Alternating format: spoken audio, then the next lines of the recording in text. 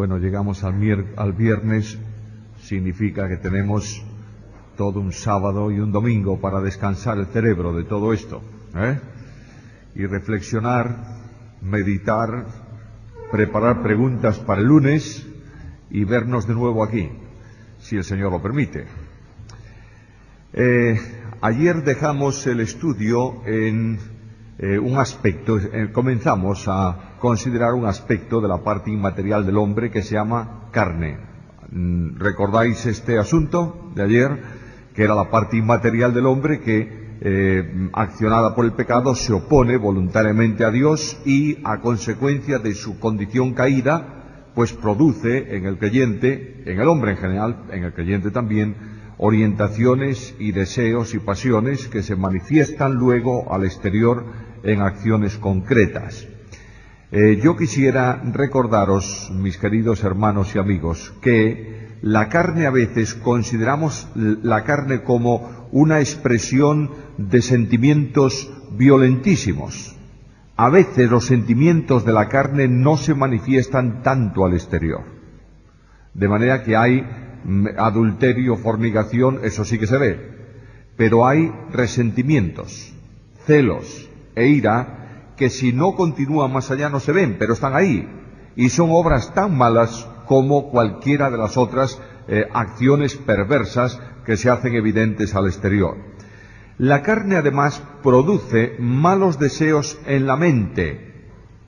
No estamos hablando de nada externo, aunque eso va a producir algo externo, pero en principio la carne produce malos deseos en la mente, Efesios capítulo 2 y versículo 3, y produce también contaminación de espíritu, otra cuestión que tiene que ver con la parte espiritual no visible del hombre.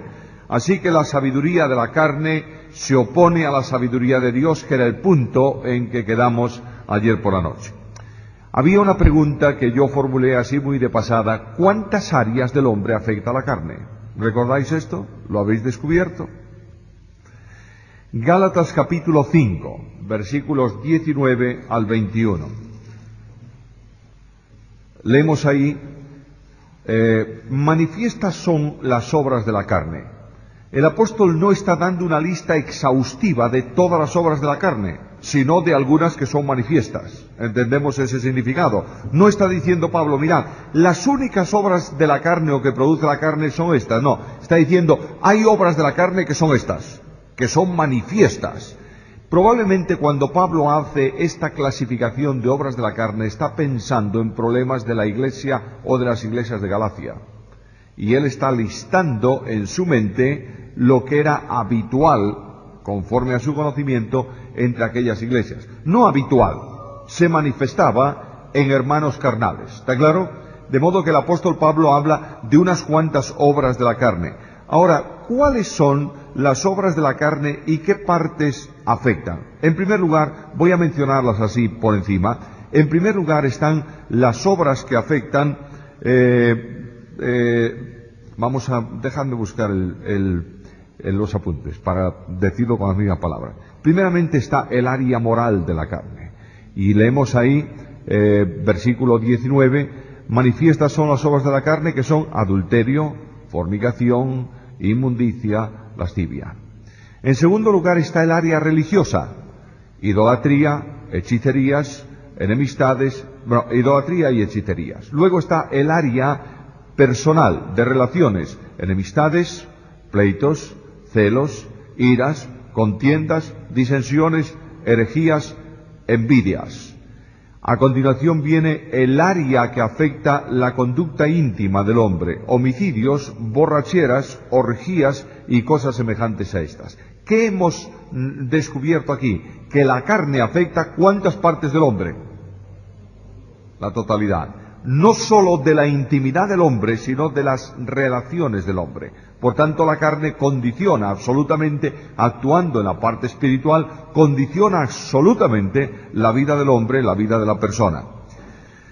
Analicemos un momento lo que Pablo dice aquí. Dice que son obras manifiestas y Pablo enumera aquí 15 obras de la carne, y la lista que aquí pone Pablo de las obras de la carne es comparable con otros pecados y otras listas que el apóstol manifiesta, expresa en algunos de sus escritos, como por ejemplo en Romanos 1, 18 al 32, primera carta a los Corintios, capítulo 5, en fin, vosotros sabéis muy bien que hay una larga serie de relaciones, de listas de pecados, que tienen que ver también con algunas cosas que se mencionan aquí, otras son más extensas, otras son menos extensas. Pablo está hablando de la condición pecaminosa del hombre que se manifiesta en el elemento interno espiritual que se llama carne.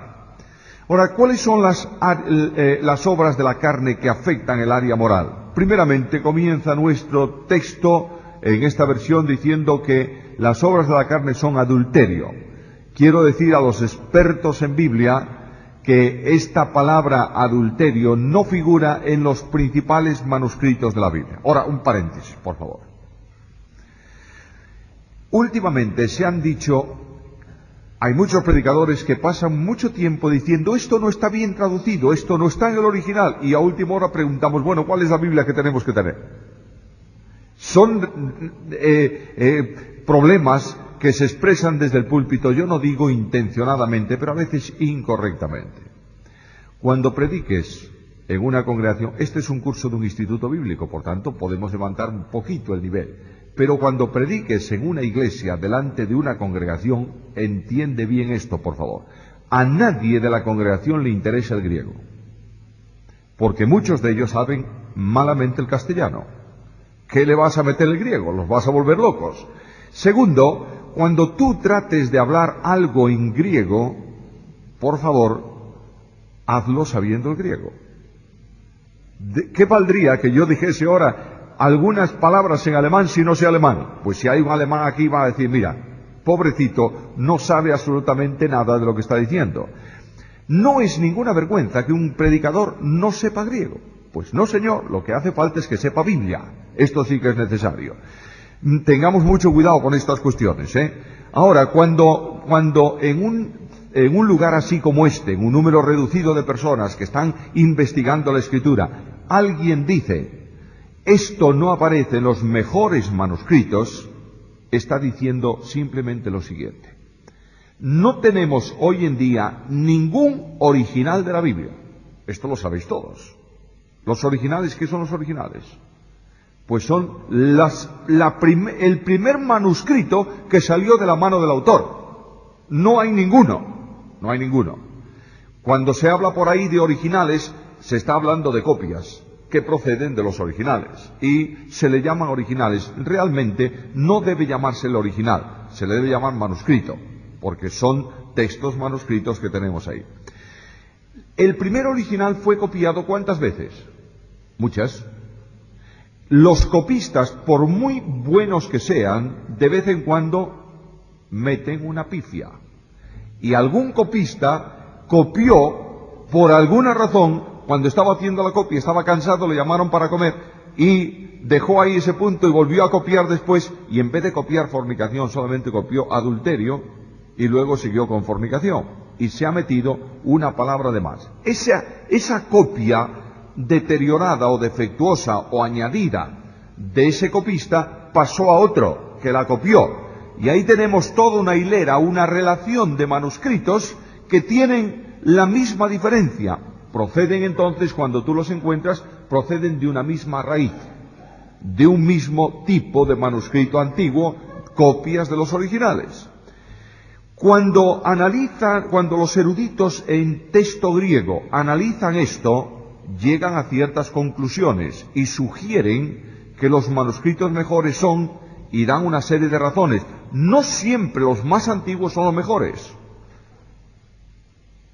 No estoy descubriendo nada nuevo para vosotros, ¿verdad?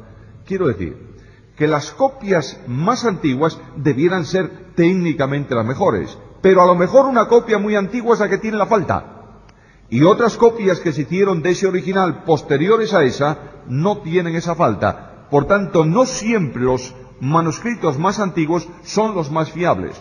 Ahora, cuando los expertos en griego analizan los manuscritos, en razón de una serie de condiciones que se producen, dicen, este manuscrito es más seguro que este otro. Muy bien. Nuestra versión Reina Valera tenía un tipo de manuscritos, ¿está claro? Entonces utilizó esos. Nunca digas que está mal traducido eso. Quiero decirte con mucho cariño y respeto que Reina Valera, Casiodoro de Reina, Cipriano de Valera, los dos, sabían muchísimo más griego que el que puede saber un experto en griego, salvo que seas licenciado por la Universidad Pontificia en Lenguas Bíblicas. ¿Está? Luego, ellos tradujeron muy bien lo que tenían. Luego viene en el tiempo nuevos manuscritos que complementan. A veces el experto en griego, el estudioso de la Biblia, descubre que el significado de la palabra, que está traducida aquí, muy bien traducida, no cumple todo el significado del texto griego. Entonces, cuando encuentres algo así, en lugar de decir, eso está mal traducido, dices, además de eso, la palabra quiere decir tal, y le has dado un significado muy especial. O tal vez puedes decir, tal vez sea más preciso, en lugar de esto otro. Pero no le digas a nadie en una congregación, eso está mal, porque sabes lo que terminas. Porque venga una viejecita al final de la reunión, esto es verdad, y te pregunte, yo ya no sé cuál es la Biblia que tengo que leer, por favor. Bueno, la Biblia que tú tienes delante, léela y estúdiala. Tienes mucho que descubrir en ese texto, y es un texto bueno. Ahora, en los manuscritos más seguros, no aparece la palabra adulterio. Empieza simplemente diciendo fornicación. ¿Qué es fornicación? La palabra fornicación es más extensa en significado y alcance que la palabra adulterio. La palabra adulterio significa estrictamente lo que significa relación entre una persona casada y otra, soltera o casada, que no sea su marido o su mujer. ¿Está claro? Eso es adulterio. Pero fornicación tiene que ver con un alcance muy amplio que incluye todo lo que sexualmente es reprobable. De ahí que en el Antiguo Testamento, a veces hablando de adulterio, por ejemplo, de la relación entre Israel y Dios, muchas veces dice, has fornicado. Quiere decir que tiene un concepto más amplio de todo esto. El adulterio, la palabra fornicación, por tanto, podría comprender, en este sentido, si no aparece más que esta en el original, podría comprender cualquier acción incorrecta, improcedente sexualmente, que Dios sanciona fuera de la práctica matrimonial. Quiero deciros que cuando estudiéis este asunto con calma, recordad que el matrimonio es un contrato bajo juramento delante de Dios. Por tanto, el que quebranta eso no solamente está cometiendo un acto de deslealtad, de deshonestidad, sino que está haciendo un perjuro. Y Dios castiga al perjuro. ¿Tenemos claro el tema? Bueno, no quiero decir que una persona nunca pueda caer en un pecado. Una cosa es eso, otra cosa es una práctica, como veremos un poco más adelante. Ahora, el juramento trae como consecuencia colocarse voluntariamente debajo del juicio de Dios. Y hay un juicio específico mencionado en la Biblia, o por lo menos una expresión de juicio, en relación con adúlteros y fornicarios. Lo tenéis en Hebreos capítulo 13, versículo 4. Mas a los adúlteros y fornicarios juzgará ¿quién? Dios. Segundo pecado, segunda manifestación de obras de la carne, inmundicia. La inmundicia relaciona toda esa suciedad moral de la sociedad, que incluye también pecados groseros y que da rienda suelta a las licencias propias del pecado. Vamos a ver un pasaje, Romanos 1:24. Por lo cual también Dios los entregó a la inmundicia en las concupiscencias de sus corazones, de modo que deshonraron entre sí sus propios cuerpos. Comprende tal vez alguna práctica sexual, podría incluir aquí también la inmundicia del homosexualismo, pero tiene que ver con todo lo que es degradante, que incluye también prácticas, juergas, manifestaciones, etcétera, etcétera. Todo eso que tiene que ver con la inmundicia. Viene luego la lascivia, y la lascivia tiene que ver con desenfreno, con indecencia, con prácticas morales indecentes en alto grado. Sin duda, la lascivia sí que comprende la homosexualidad, y lo sabemos por un pasaje de la segunda carta de Pedro. El pecado con que Dios juzgó las ciudades de Sodoma y Gomorra, esencialmente, ¿cuál era? Homosexualidad. Y cuando ese pecado, notad una cosa en la Biblia, mirad, La Biblia llama a la homosexualidad y a la borrachera pecado, mientras que la sociedad a nuestro alrededor le llama forma distinta de entender el amor. Eso es una expresión propia de una mentalidad retrógrada, espiritualmente manchada, contaminada. De manera, verso 5. Segunda Pedro 2, 5 y 6. Y si no perdonó al mundo antiguo, sino que guardó a Noé, pregonero de justicia, con otras 7 personas, trayendo el diluvio sobre el mundo de los impíos, y si condenó por destrucción a las ciudades de Sodoma y Gomorra, reduciéndolas a ceniza, etcétera, etcétera, etcétera, por inmundicia. Ahí tenéis todo el pasaje que contribuye, que comprende esa enseñanza. Obras que afectan, ahora hemos visto las obras que afectan el área moral, veamos las obras que afectan el área de la religión, y la primera de ellas es idolatría. La idolatría tiene que ver con la adoración a dioses en lugar de hacerlo al único Dios. Y claro, cuando nosotros leemos la palabra o la expresión idolatría en nuestros días, pues decimos, a nosotros no nos afecta tal cosa. ¿Qué es un ídolo para ti hoy? Vamos a la práctica. ¿Qué puede ser un ídolo hoy? El trabajo, pues puede ser. Los hijos, las propiedades, los automóviles, todo eso puede ser ídolo. Ídolo es aquello que ocupa el lugar que corresponde a Dios en la vida, ¿está? Muy bien. A veces hablamos de otro tipo de religión cristiana que tiene imágenes y le llamamos ídolos y decimos cosas por el estilo, pero esencialmente el problema tiene que ver con un corazón que se inclina abiertamente a adorar aquello que no es Dios. Y adorar es rendirse a. Mirad, la adoración es la expresión necesaria para el nuevo nacimiento. Alguien dice, pero qué cosas más raras está diciendo este hombre estos días. Porque el primer día dije que la salvación es una actitud de obediencia.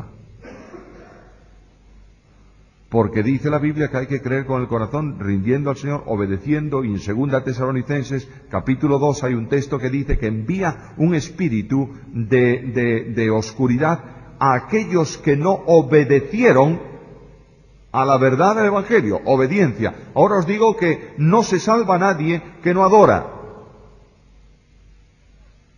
Digo, a ver, ¿es verdad eso o no? ¿Qué es adoración? Aceptación de la supremacía de Dios y la rendición incondicional a Dios. En razón de esto, ¿eso es adoración o no? Cuando aquel ciego de nacimiento es sanado por el Señor y luego lo echan de la sinagoga, ya sabéis la historia, viene, se encuentra con Cristo y le dice, ¿crees tú en el Hijo de Dios? ¿Y qué dice el ciego? ¿Quién es Señor para que crea? Y Cristo le dice, yo soy el que habla contigo. ¿Y qué dijo el ciego? Creo, Señor, y le adoró. ¿Os dais cuenta? De manera que cuando el hombre retorna a Dios y se entrega a Él, automáticamente comienza a adorarle en espíritu y en... Dios ha producido el cambio, ¿no es esto? Mis queridos hermanos, vuelvo a insistir este asunto porque es vital. No hay no hay actos de adoración. Los actos de adoración son la expresión de la actitud del corazón. Luego la adoración no es una actividad, ¿qué es? Una actitud. De manera que nosotros adoramos permanentemente porque somos salvos y transformados por la gracia de Dios. Otra cuestión es hechicería. ¿Sabéis que la palabra griega que hay ahí significa literalmente farmacia? Un farmacéutico es un hechicero, ¿sabes por qué? Hombre, porque trabaja con drogas, que es el origen de esta cuestión. Los hechiceros en las tribus indias y por ahí, suministran ¿qué? Drogas. Muy bien, entonces hechicería en los días de Pablo tenían que ver con rituales idolátricos en los que se suministraban también drogas. No es algo moderno, es algo muy antiguo. ¿Sabéis cuál es una de las grandes drogas? que nosotros tomamos sin darnos cuenta, pero, y que es sano para tomar en pequeña cantidad. ¿Sabéis cuál es? El alcohol. De manera que había actividades, por ejemplo, en honor del dios Baco, que consistía en agarrarse, en España decimos una buena curda o una buena trompa, decimos allá en España en lenguaje muy coloquial. De manera que eso es una droga, y dice, todo lo que tiene que ver con la hechicería es algo que trata de suplantar a Dios en el poder sobrenatural o en acciones sobrenaturales. A veces nosotros tenemos poco interés en prestar atención a asuntos que realmente son de hechicería en nuestros tiempos. ¿Sabéis cuál es una cuestión de hechicería que veis, aparece todos los días, al menos en España, en el periódico? El horóscopo. Eso es hechicería. ¿Sabéis lo que es hechicería? La cruz de Caravaca, que muchos jóvenes llevan. ¿Sabéis qué es hechicería? La estrella de David, que muchos llevan colgada del cuello. Amuletos, la pata del conejo. Yo no sé si aquí se usa la pata de conejo, en España sí. Cuando una persona quiere que su equipo de fútbol gane, mete una pata de conejo en el bolsillo. Y dice, ¿qué? Hechicería. Eso lo produce la carne en una desorientación religiosa en relación con Dios. Luego vienen ya asuntos que afectan el área social. En primer lugar, las enemistades. Esas enemistades tienen que ver con la animosidad, es decir, el sentimiento del alma. ¿Veis que estamos hablando de parte espiritual? El sentimiento del alma o la respuesta del alma a la insinuación de la carne que produce un resentimiento interior contra otro. Todas las peleas comienzan por este asunto, por enemistad. Por ejemplo, tú tienes un buen amigo y un día ese amigo cree que tú le has hecho algo y no te saluda. Ahí comienza el resentimiento.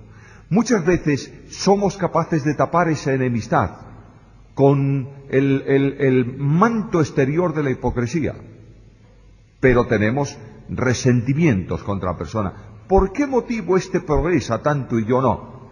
¿Por qué ocupa este puesto y yo no? Comienza la enemistad, el resentimiento interno, el corazón que comienza a calentarse. Satanás, por medio de la carne, plantó ahí dentro del corazón, ¿sabes qué? Una raíz de amargura.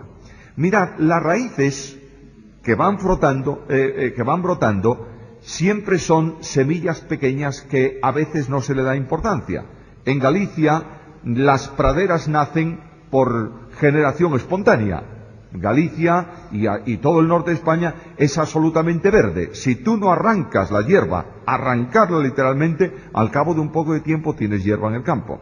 Pero si tú quieres mantener una pradera homogénea en un jardín, tienes que arrancar, que quitar granos que vuelan, que no son de la misma hierba. Y entonces tú ves enseguida una pradera, por ejemplo, de un tapete verde que parece pelo, y ves que el viento ha traído una hierba verde, pero que no es esa. Enseguida se nota. ¿Se nota cuándo? Cuando está fuera. Pero nació de una semillita que nadie le prestó atención.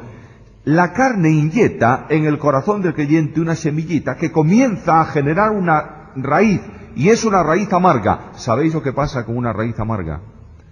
¿A quién empieza a amargar? Primero, al que la tiene en su maceta del corazón. Y después, cuando sale, amarga a todos cuantos tiene alrededor. De una pequeña semilla en este sentido. Segunda obra que hay ahí, pleitos. ¿Sabéis lo que es un pleito? Una contienda.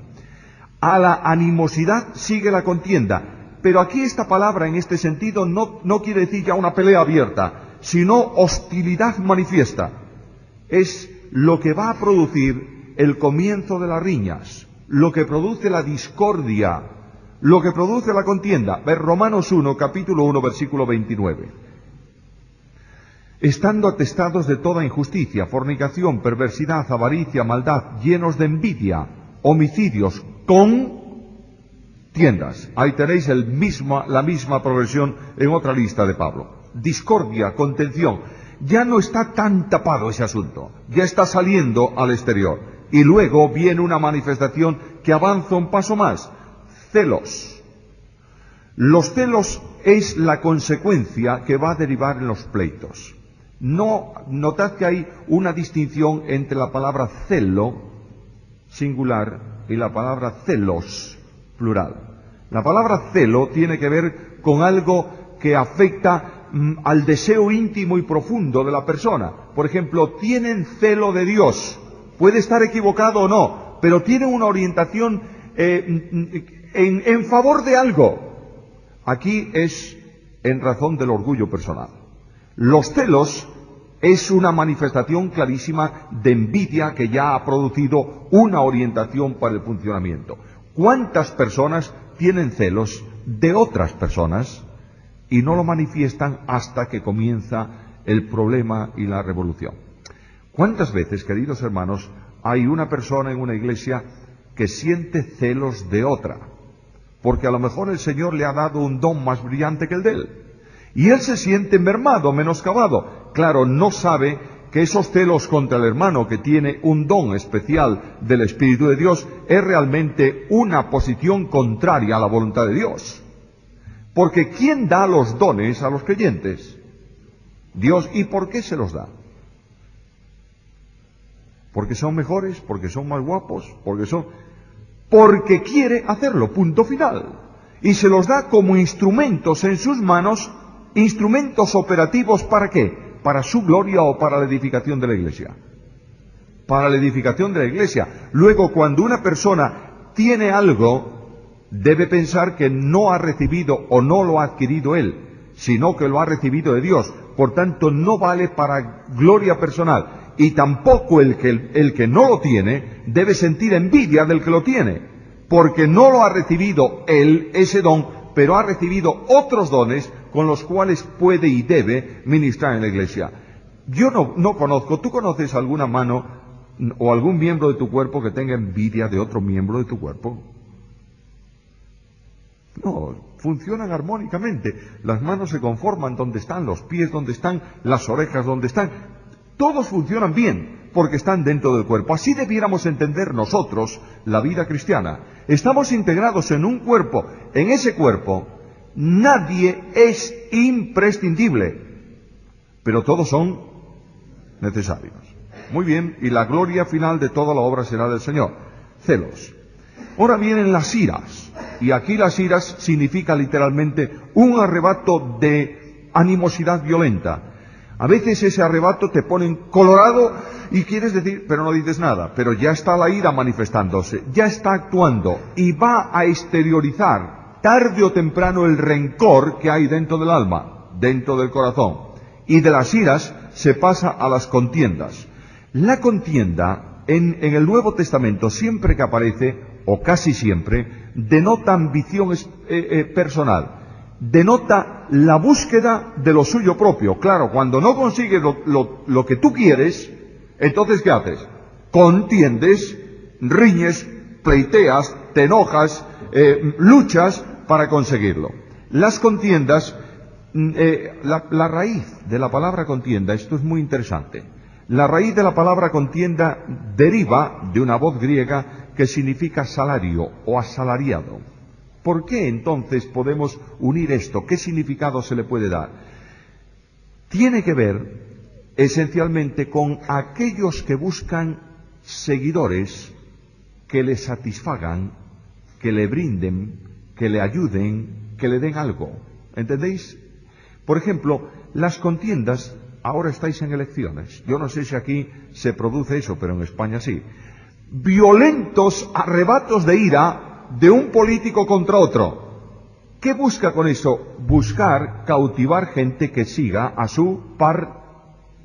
Bueno, seguimos adelante. Las disensiones o divisiones se producen entre grupos sectarios que apoyan al envidioso. Voy a poneros un ejemplo. Iglesia de Corinto. En la iglesia de Corinto hay 4 facciones dentro de la congregación.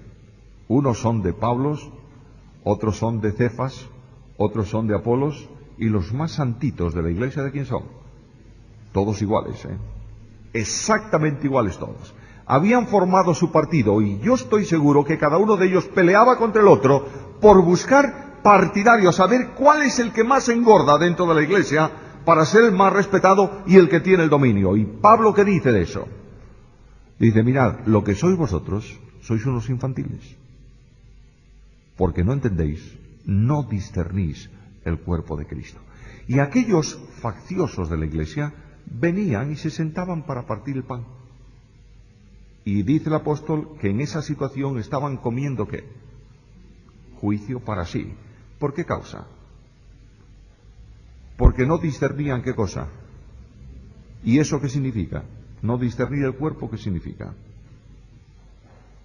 No tener claro lo que significa el significado del pan. No distinguir que el cuerpo de Cristo es una unidad establecida y que no se puede romper. Es una unidad hecha por el Espíritu. Pero debemos luchar por mantener solícitos esa unidad. ¿En qué vínculo? En el vínculo de la paz. Mirad, tengamos muchísimo cuidado, me parece que lo dije uno de estos días atrás, tengamos mucho cuidado, por favor, con el problema de las divisiones, porque las disensiones producen o dan paso a una obra más que se llama herejía. Herejía es una palabra que se utiliza mucho en el argot teológico para hablar de ¿qué? Cuando tú oyes por ahí, este es un hereje, ¿qué entiendes por eso? ¿Una? Mala. Que se desvía de la doctrina. Y realmente tiene ese significado. ¿Por qué? Porque lo que ha hecho fue cortar y dividir. Lo que antes era una unidad, la hemos cortado y hemos hecho una división. Ahora, notad que esta palabra herejía no tiene nada que ver con doctrina, aquí en este sentido. Tiene que ver con lo que producen las contiendas. Terminan produciendo divisiones. Y el grupo que se forma, la acción voluntariosa del hombre que no se somete realmente al control del Espíritu, va a producir divisiones que siempre son destructoras en relación con la obra de Dios. Segunda carta de Pedro, capítulo 2, versículo 1. Pero hubo también falsos profetas entre el pueblo, como habrá entre vosotros falsos maestros que introducirán encubiertamente divisiones destructoras. La división, sea de doctrina o sea de congregación, siempre es algo destructor. Vosotros los que leéis bien la Biblia sabéis que cuando una situación así llega al colmo, Dios interviene. ¿Hay algún ejemplo en la Biblia? ¿En dónde?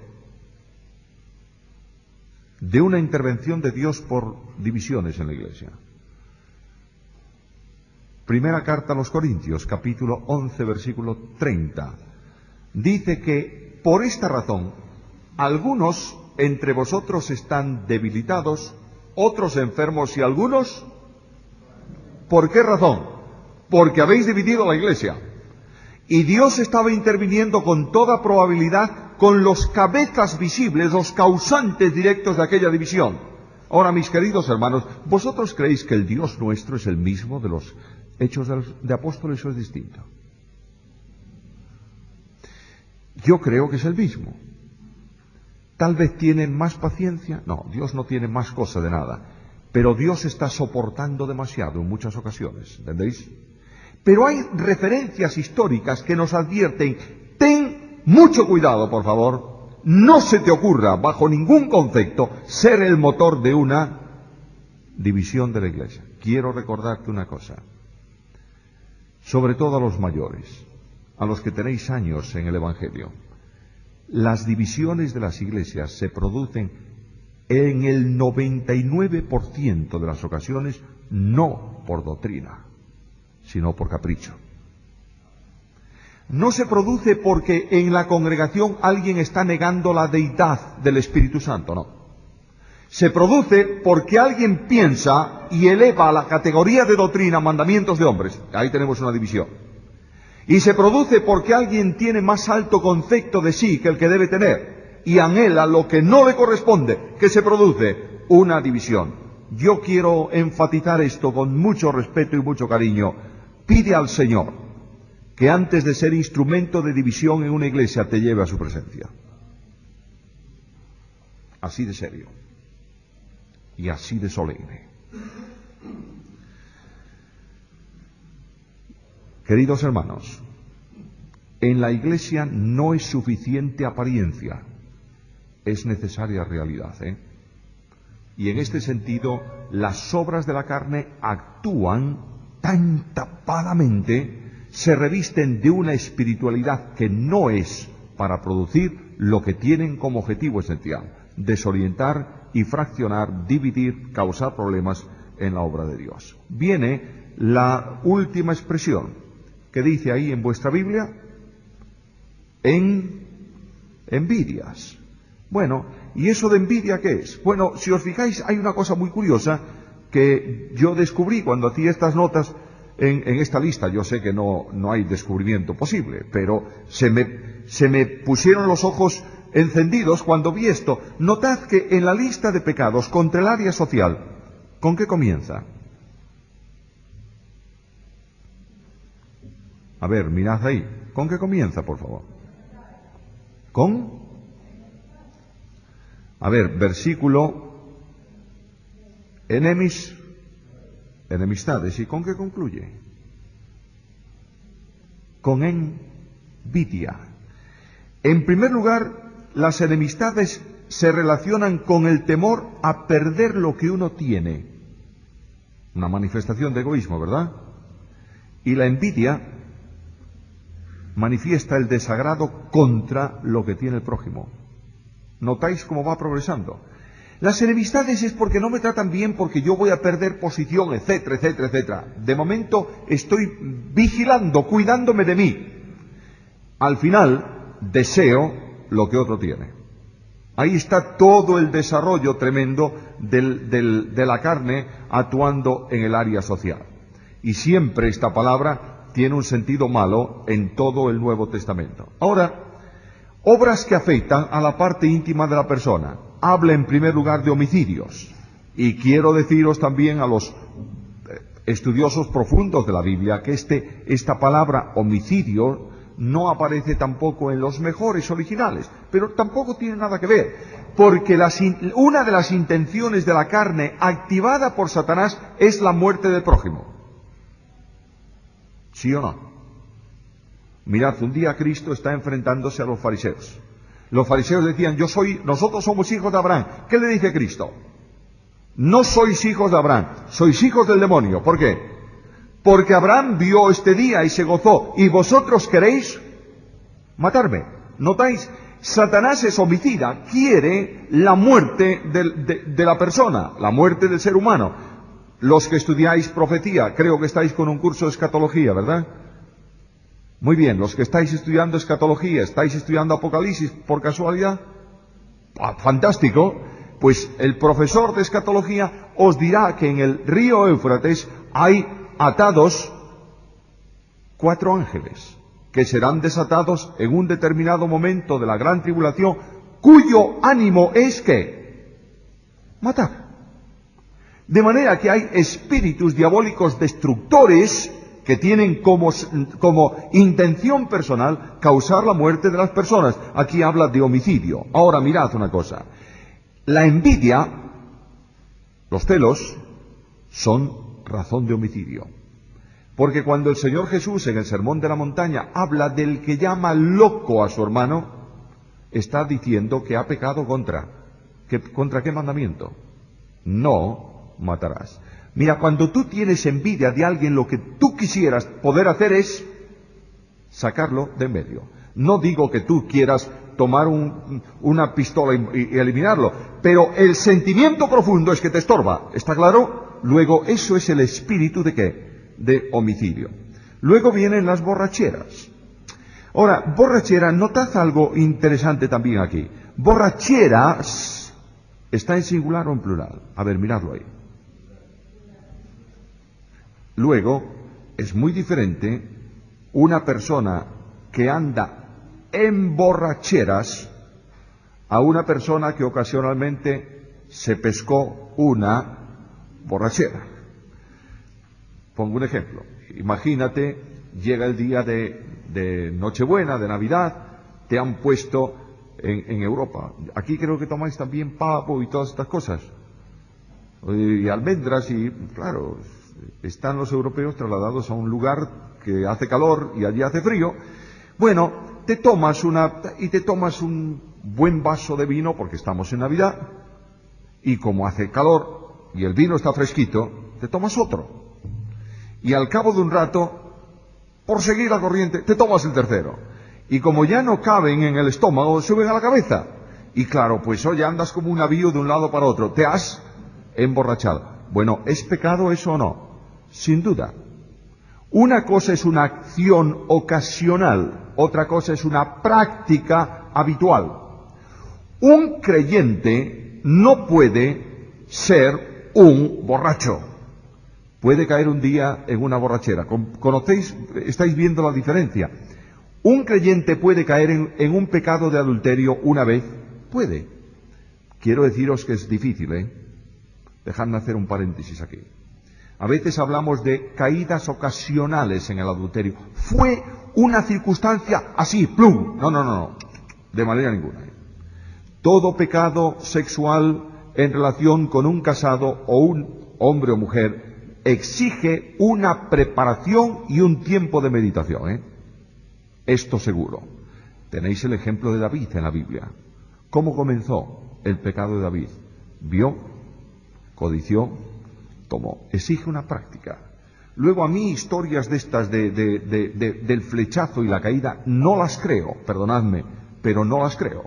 Ahora, una cosa es una caída ocasional, ¿entendemos? Otra cosa es una práctica habitual. Cuando una persona practica el pecado, tenga muy claro esto, por favor. No importa cuál sea. Cuando una persona tiene como práctica habitual un pecado en su vida, sepa esto, la Biblia lo dice, no ha visto a Dios ni lo ha conocido. Muy bien. Y tenemos que llamar a las cosas claritamente por su nombre, no nos engañemos en este sentido.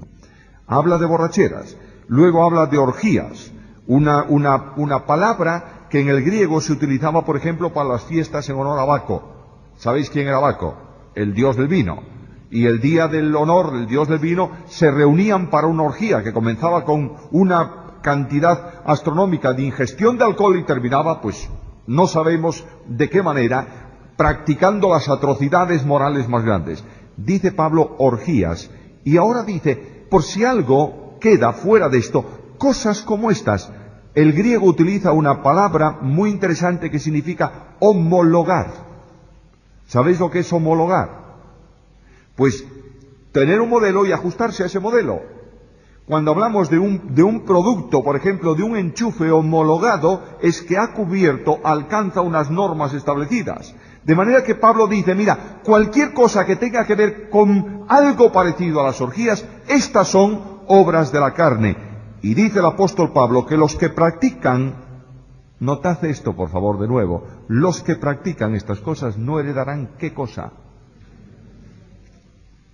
Bueno, yo sé que esto del reino de Dios es un conflicto para muchos. El reino de Dios no tiene que ver específicamente con algo futuro. El reino de Dios es un reino permanente desde que Dios es Dios. Y ha tenido a lo largo de la historia manifestaciones diferentes y distintas en relación con los hombres. Por ejemplo, en Mateo 13 se habla del reino de Dios en relación con quién. Las parábolas de Mateo 13, ¿a quién hay que aplicarlas? Al reino, a la iglesia en el tiempo presente, ¿no es esto? Y en el futuro habrá una manifestación del reino concretada en un reino milenial. Pero entre aquello y esto, ¿sigue habiendo reino de Dios o no?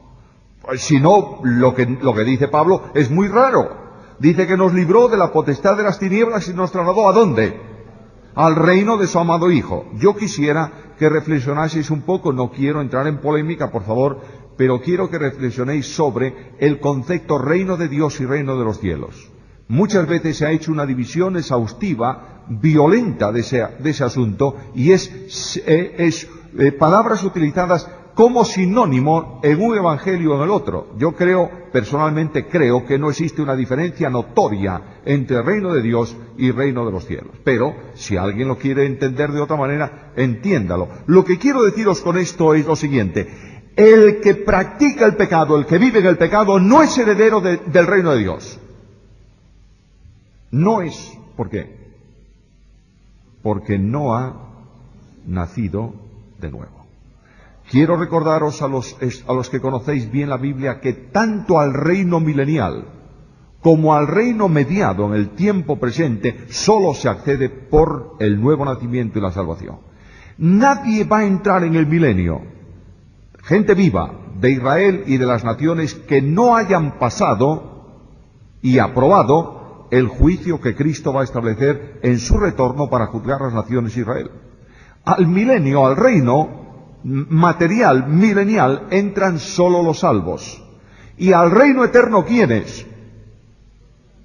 Pues los salvos. ¿Y al reino presente quiénes? Los salvos. El salvo se distingue en que no practica el pecado. ¿Está claro? Bien. Ahora voy a terminar esta primera parte con una distinción: creyente carnal y creyente espiritual. Por ahí hay grupos que yo les llamo supersantos, perdonadme la expresión, lo digo con respeto a mis hermanos, pero es un calificativo que creo que les viene bien, que creen que el creyente que realmente es creyente nunca más puede estar bajo la influencia de la carne. Y dicen que no existe creyente carnal, que el creyente carnal es simplemente un creyente engañado, o un hombre engañado. Bueno, a la vista de la Biblia no puede sostenerse tal cuestión, porque el apóstol Pablo, escribiendo la carta a los Corintios, ¿cómo les llama? ¿Carnales o no? ¿Y a quién escribe Pablo?